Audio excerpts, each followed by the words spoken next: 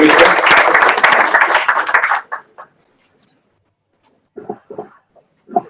So how many of you remember Octopus Paul? Some of you. To those that probably don't remember him, Octopus Paul became an instant celebrity in 2010 when he started predicting correctly the winners of football matches at the World Cup in Germany that year. By the time the World Cup was over, he had predicted all 8 matches that he was asked to forecast. Now, sadly, Paul passed away later that year, so he wasn't given a chance to predict the next World Cup or last Sunday's Super Bowl or the US presidential election or Brexit or the upcoming French election. And the world started looking for a successor, a new animal oracle. They found a pygmy hippopotamus in Australia, but he turned out to be a disappointment. And there was a camel in Dubai, but he turned out to be a fraud as well.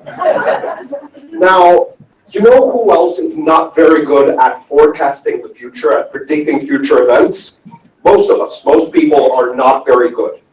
A professor at the University of Pennsylvania, Philip Tetlock, actually tried to quantify how good or bad we are at predicting future events.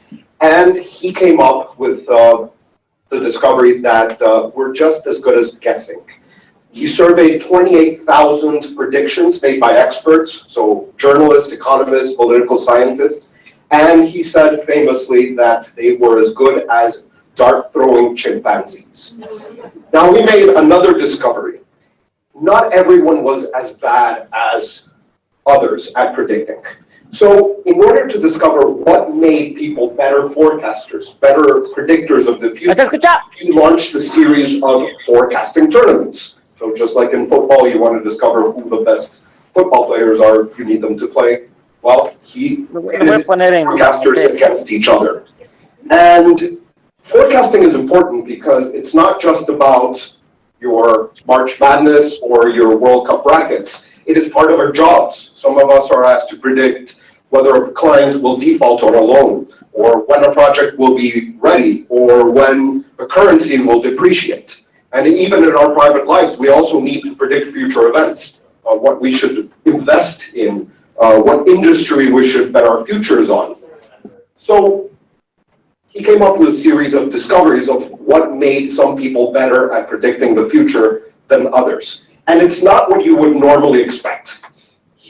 One of the things that he discovered is how long you've been in a field is not predictive of whether you're a good forecaster. If you use complex models and algorithms, was also shown not to make that much of a difference. What did make a difference? So 3 things that I can share with you today. The first is a certain comfort with uncertainty. Now, what he discovered is that we are all very uncomfortable with certain, trying to forecast the future. We don't like doing it, and we like sitting on the maybes. But in order to really forecast correctly, you need to be able to be comfortable with uncertainty. And that means being willing to admit that you are wrong sometimes, as long as over time you are less wrong. Meaning that you measure yourself, you try to see what your track record is, and you make adjustments based on what you see. Second thing that he discovered is that teams are more effective than individual forecasters. Teams trump individual experts. And not just any teams. He found that there were certain teams that were able to forecast much better than others. And those were teams that went through productive disagreement, as he found. Now, what this means is these teams went through a period of time in which they disagreed with each other, and then they discussed, and they created the right feedback loops. And eventually, they were able to converge on a single forecast, a single prediction. And those were better than teams that agreed with everything from the very beginning, and they were better than teams that couldn't reach an agreement even at the very end.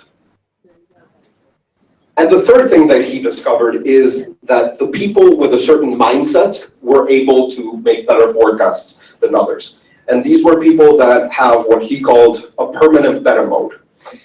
And this is a term borrowed from the software industry. And beta mode is when a program or a software is not quite ready, it's in development. And a mindset that has permanent beta mode is one in which you assume you yet don't have all the answers, but you make the adjustments as new evidence and data comes in.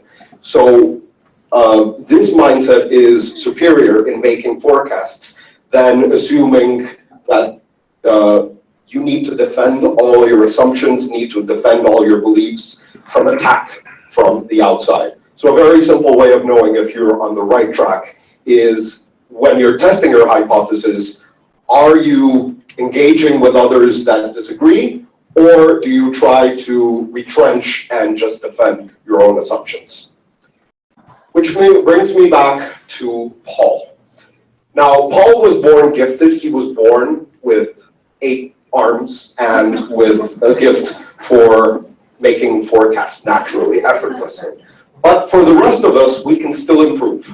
If you leverage your teams, if you are comfortable with uncertainty and make it your friend, and if you have a mindset of permanent beta. Thank you for listening.